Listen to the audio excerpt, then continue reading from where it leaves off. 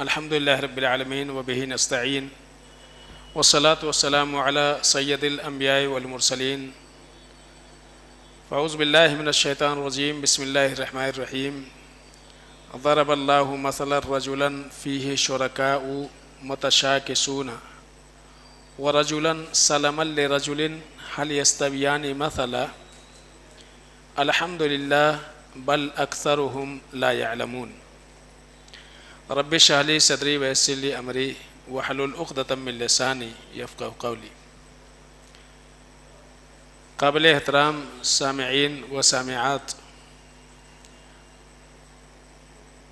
سورۃ الزمر کی آیت نمبر 29 ہے اور 23ویں پارے کی سیکنڈ لاسٹ آیت ہے۔ یہ اللہ تعالیٰ نے اس میں ایک مشرک اور ایک موحد، شرک کرنے والا اور توحید اپنانے والا، دونوں کے درمیان موازنہ اللہ نے بتایا ہے، فرق واضح کیا ہے۔ اللہ فرماتے ہیں کہ ضرب اللہ مثلا رجلا فیہ شرکاء متشاکسون، اللہ نے مثال بیان کی ایک ایسے شخص کی کہ جو شخص تابع ہے کچھ ایسے لوگوں کے جو لوگ متشاکس ہیں۔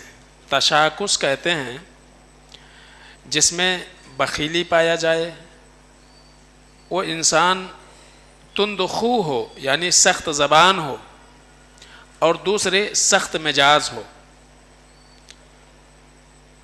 اور تشاکس یہ ایسا الفاظ ہے، اس میں تشارک پایا جاتا ہے، مشارکت پایا جاتا ہے، آپس میں ایک دوسرے سے لڑنے والے ہوں۔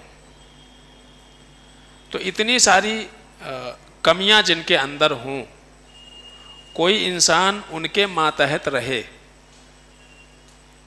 یعنی ایک انسان کئی لوگوں کی ماتحتی میں ہو، اور وہ لوگ کیسے ہوں؟ بخیل ہوں، سخت دل ہوں، سخت مزاج ہوں۔ اور دوسرا انسان ورجلا سلما لرجل، اور ایک ایسا انسان جو صرف ایک آدمی کے ماتحت ہو۔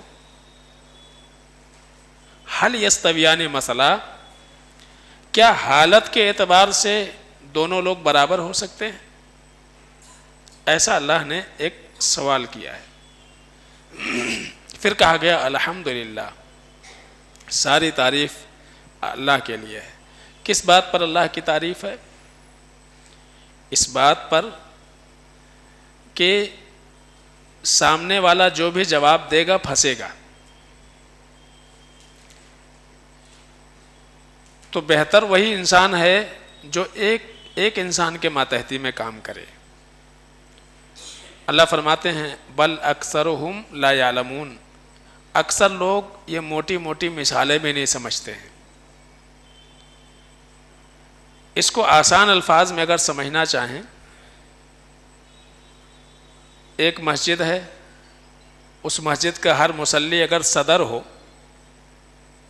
مسجد کا ہر مصلی اگر اپنے آپ کو صدر سمجھے، تو وہاں خادم کے لیے کام کرنا کتنا مشکل ہوگا، آپ اندازہ کیجئے۔ ہر ایک اپنا حکم چلائے گا، پنکھا چلاؤ، دوسرا بولے گا بند کرو، تیسرا بولے گا لائٹ جلاؤ، چوتھا بولے گا اندھیرا رکھو۔ تو بالکل یہی مثال ہے کسی فرم، کسی کمپنی، کسی ادارے کے، اگر اس میں جتنے بھی افراد ہوں سارے کے سارے اگر مالک ہوں، تو اس میں ورکر کی کیا حالت ہونے والی ہے؟ ایک کمپنی ہے، اس میں 4-6 مینیجر ہیں، اور ان 4-6 کے درمیان آپ کو کام کرنے کا ہے۔ ایک بولتا پانی لاؤ، دوسرا بولتا چائے لاؤ۔ ہم کو پہلے پانی ملنا چاہیے، بولتا پہلے چائے ہم کو ملنا چاہیے۔ تو اس آدمی کی حالت کیا ہوگی؟ وہ کیسے سب کو مینج کرے گا؟ اور دوسرا وہ انسان ہے جو صرف ایک شخص کے تابع ہے، وہ صرف ایک آدمی کے حکم کے تابع ہے، کوئی بھی آرڈر، کوئی بھی کام اس ایک شخص کے جانب سے ملے گا، اس کو 2 3 4 5 اس کو آرڈر نہیں دے سکتے، اور نہ ہی وہ ان کا مکلف ہے کہ ان کی باتوں کو مانے۔ بالکل یہی حال ایک بے دین اور ایک دیندار انسان کی ہے۔ یہی مثال ایک توحید والے اور ایک مشرک کے انسان کی مثال ہے۔ یہی مثال اپنے خواہشات کے مطابق جینے والا اور کتاب و سنت کے پیروی کرنے والے دونوں کی مثال ہے۔ افرأیت من اتخذ الہہ ہوا، اللہ فرماتے ہیں کیا آپ اس کو نہیں دیکھ رہے ہیں جس نے اپنے نفس کو اپنا الہ بنا لیا ہے؟ الہ بنانے کا مطلب نفس کے تابع اپنے آپ کو اس نے کر لیا ہے، دل جو بولتا وہ کرتا ہے۔ تو دل کا میلان یا طبیعت کا میلان، نفس کا میلان عام طور سے گناہوں کے جانب زیادہ ہوتا ہے۔ تو ایک انسان اگر اپنے آپ کو اپنے نفس کے تابع کر دے تو نفس زیادہ تر لذتوں کی طرف بھاگتی ہے، اور گناہوں میں لذت ہے، پابندی نفس کے لیے برداشت کرنا مشکل ہے۔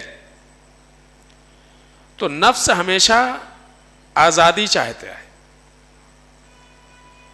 اور شریعت یہ پابندی کا نام ہے۔ تو یہاں یہ موازنہ یہ کیا گیا کہ مان لیجئے اللہ کی جانب سے حکم ہے نماز پڑھو، طبیعت نہیں چاہتی ہے۔ اللہ کے حکم سے اللہ کی شریعت میں حکم ہے ہم کو زکوٰۃ دینا ہے، طبیعت نہیں چاہتی ہے۔ مزاج ہمارا کچھ اور کہتا ہے، طبیعت ہماری کچھ اور کہتی ہے۔ تو یہاں یہی توازن دیکھنا ہے انسان کو کہ وہ کس کی بات مان رہا ہے، اپنی منمانی زندگی جی رہا ہے یا رب مرضی زندگی گزارنے کی کوشش کر رہا ہے۔ اگر نفس کی پیروی انسان کرے گا تو پھر وہ دھیرے دھیرے دھیرے دھیرے دھیرے دھیرے کیا ہو جائے گا؟ دین سے دور ہو جائے گا۔ اس کے بعد آپ دیکھیں خاندان اور برادری، ان کی دباؤ میں بھی انسان کئی ساری غلط کام کرتا ہے۔ یہاں بھی شریعت کی پابندی یا گھر میں موجود افراد، خاندان میں موجود افراد، ان کی تابع داری۔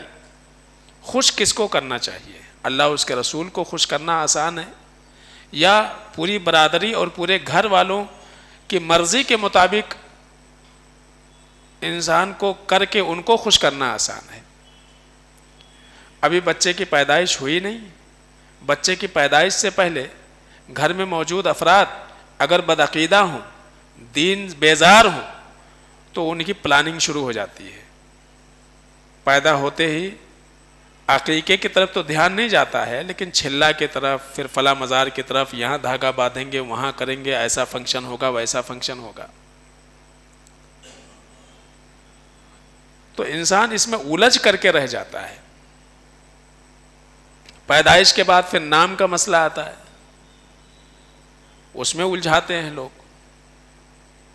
تو شریعت کی تابع داری اور اس کی پابندی یہ انسان کو ان الجھنوں سے نکال دیتی ہے۔ لیکن اگر آپ شریعت کی پابندی سے باہر جائیں گے تو پابندی تو کسی نہ کسی کی آپ کو کرنی ہی ہے، چاہے اپنے نفس کے مطابق چلو یا چاہے افراد خاندان کے مطابق چلو، لیکن چلنا ہی ہے، آپ کو تابع دار ہو کر کے ہی رہنا ہے۔ کوئی کتنا بھی کہا ہم آزاد ہے، کسی کی نہیں سنتے، خود کی سنتا ہے۔ تو نفس کے تابع ہے، وہ غلام ہے۔ اب یا تو اللہ کی غلامی اختیار کرو یا نفس کی غلامی اختیار کرو۔ لیکن غلام ہے انسان، آزاد نہیں ہے، کسی بھی صورت میں آزاد نہیں ہے. نفس کی تابع داری کرے گا یا شیطان کی تابع داری کرے گا یا گھر میں موجود افراد خاندان کی تابع داری کرے گا، لیکن مانے گا ضرور. تو ایسے وقت میں ہمارے سامنے یہ آسان راستہ ہے کہ اللہ کی تابع داری کر لیں، اللہ کو مان کر کے چلیں. شادی بیاہ کے موقع ہوتے ہیں، گھر میں موجود رشتہ داروں میں موجود سارے لوگوں کے اپنے اپنے ارمان ہوتے ہیں. شادی ایسی تو رسم ایسی، مہندی ایسی، ہلدی ایسی اور فلاں ایسی، ڈھکا ایسی، دنیا بھر کی چیزیں. سب لوگوں کے اپنے اپنے ارمان، الگ الگ چیزیں لا کر کے تھوپتے ہیں. اس موقع پر سب سے بچنے کا ایک آسان راستہ کیا ہے؟ سنت کے مطابق. اس میں جیب بھی محفوظ رہتا، دین بھی محفوظ رہتا. اور اگر لوگوں کی تابع داری میں پڑے تو دین تو جاتا ہی جاتا، جیب بھی خالی ہو جاتا. تو یہاں مثال وہی دی گئی ہے کہ ہر انسان کو غور کرنا چاہیے کہ آیا وہ خود وہ کہاں کام کرنا چاہے گا ایسے لوگوں کے درمیان کہ مشترک کئی لوگ جو ہے وہ اس کو اپنی ملکیت اس کے اوپر تھوپیں، اپنا حق جتائیں. اور دوسرا اللہ نے یہ کہا کہ ایک تو کیا ہے، بخیل بھی ہیں، یعنی حق محنت پوری آپ سے لیں گے لیکن حق الخدمہ جو ہے وہ ادا نہیں کریں گے. اللہ کو چھوڑ کر کے جتنی بھی ہستیوں کے لیے نظر نیاز. اب دیکھیے ایک دین سے دور انسان، اس کی زندگی میں کتنی بے چینی ہوتی ہے. مہینے کے اعتبار سے تو اس کو ٹینشن ہوتا ہے، رجب آیا تو کنڈا کرنا ہے، اس کے لیے انتظام کرے گا. محرم آیا اس کے لیے کچھ کرنا ہے. پھر اس کے اپنا خاص کوئی پیر ہے جس کا وہ مرید ہے، اس کا کچھ آیا تو اس کے لیے کچھ کرنا ہے. فلاں جگہ عرس ہو رہا ہے، وہاں پہ جانا ضروری ہے. تو مہینوں کے ساتھ اس کے اخراجات بڑھتے ہیں. مومن کو کیا ٹینشن ہے؟ عید بقرعید، ہفتے میں جمعہ، 5 وقت کی نمازیں، رمضان آئے تو روزہ، باقی اس کو ٹینشن نہیں ہے. لیکن آپ غیروں کے یہاں دیکھیں، ہر دن ایک نیا تہوار، ایک نئی رسم، ایک نئی عبادت کے راستے. بالکل بعین ہی یہی آج نام لیوا مسلمانوں کا ہے. آج فلاں کا نشان ہے، فلاں کا یہ ہے، فلاں کا جلوس ہے، فلاں کا وہ نکل رہا ہے، اس میں الجھے ہوئے ہیں. محرم آ رہا ہے تو تعزیہ بٹھانی ہے، جلوس میں شرکت کرنا ہے، اس کے لیے کپڑے چاہیے، اس کے لیے یہ چاہیے، وہ چاہیے، دنیا بھر کی چیزیں. تو یہاں قابل غور بات یہ ہے کہ آپ سارے لوگوں کو خوش کر کے اللہ کو ناراض کر رہے ہیں. اور اللہ کو اگر آپ خوش کر لے جائیں تو اللہ تعالیٰ سارے لوگوں کو خوش کرنے پر قادر ہے. اللہ کے علاوہ سارے لوگوں کے سامنے آپ اپنا سب کچھ قربان کر دیں، اللہ تعالیٰ اگر آپ کی پکڑ کرنا چاہے سارے لوگ مل کے بچا نہیں سکتے. ما یفتح اللہ للناس من رحمت فلا ممسک لہ.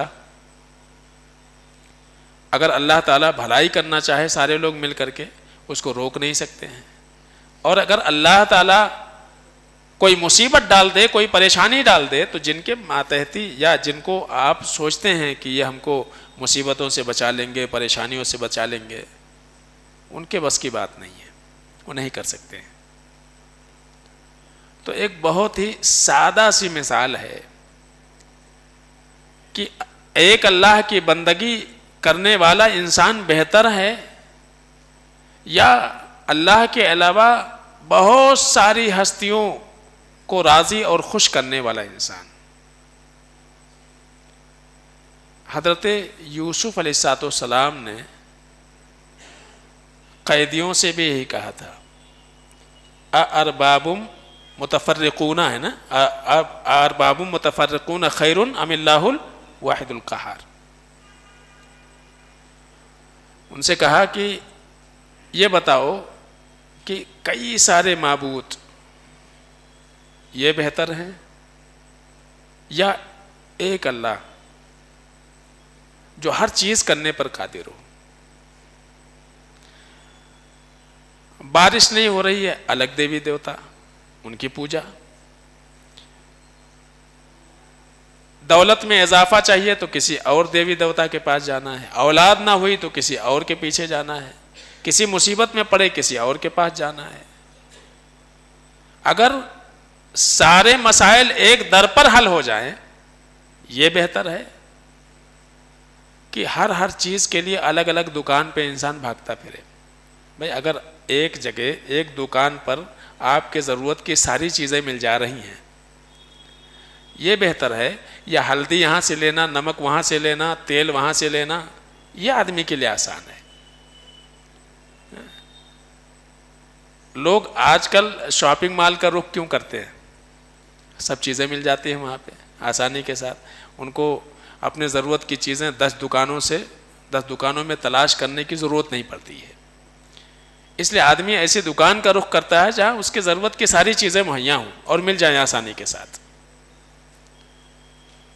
تو دنیا میں ہر انسان یہ چاہتا ہے کہ اس کی ضرورت کی چیزیں ایک جگہ ایک ساتھ میسر ہو جائے.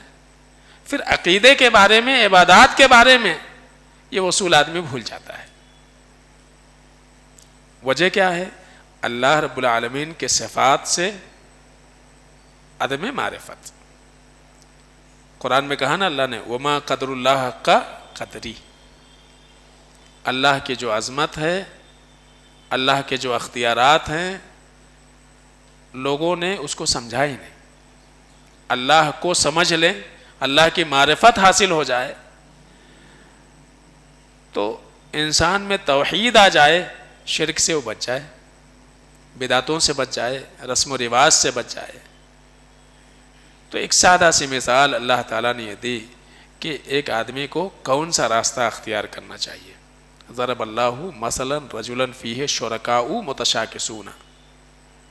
ایک ایسا انسان جس کے بارے میں کئی شریک ہوں، جس کے اوپر کئی لوگ اپنا حق جتائیں اور وہ تند خو ہوں، تند مجاز ہوں، بخیل ہوں. یا ایک ایسا انسان جو سلم لرجل ایک آدمی کے ماتحت ہو. حل یستویان مسئلہ، کیا حالت کے اعتبار سے دونوں برابر ہو سکتے ہیں؟ بالکل نہیں. تو موحد توحید والا انسان اس کی زندگی میں سکون ہوتا ہے، اطمینان ہوتا ہے، چین ہوتا ہے، وہ بے چینی میں مبتلا نہیں ہوتا ہے. پریشانی آئی اللہ سے مانگ رہا ہے، نعمتیں ملی اللہ کی تعریف کرنا ہے. اس کو اس در پہ اس در پہ بھٹکنے کی ضرورت نہیں ہے. کہاں دھاگا باندھے تھے تو یہ ملا اور کہاں چادر چڑھائے تھے تو یہ ملا. اس کو یاد کرنے کی ضرورت نہیں ہے، اس کو معلوم ہے ایک ہی در سے سب ملتا ہے. تو اللہ فرماتے ہیں حل یستویان مسئلہ، ظاہر سی بات ہے دونوں برابر نہیں ہو سکتے ہیں، دونوں کی حالت برابر نہیں ہو سکتی. بل اکثرهم لا یعلمون، لیکن اکثر لوگ اس حقیقت کو سمجھنے کو تیار نہیں ہیں. اللہ سے دعا ہے کہ العالمین ہم سب کو سمجھنے عمل کرنے کی توفیق عطا فرمائے. آمین یا رب العالمین.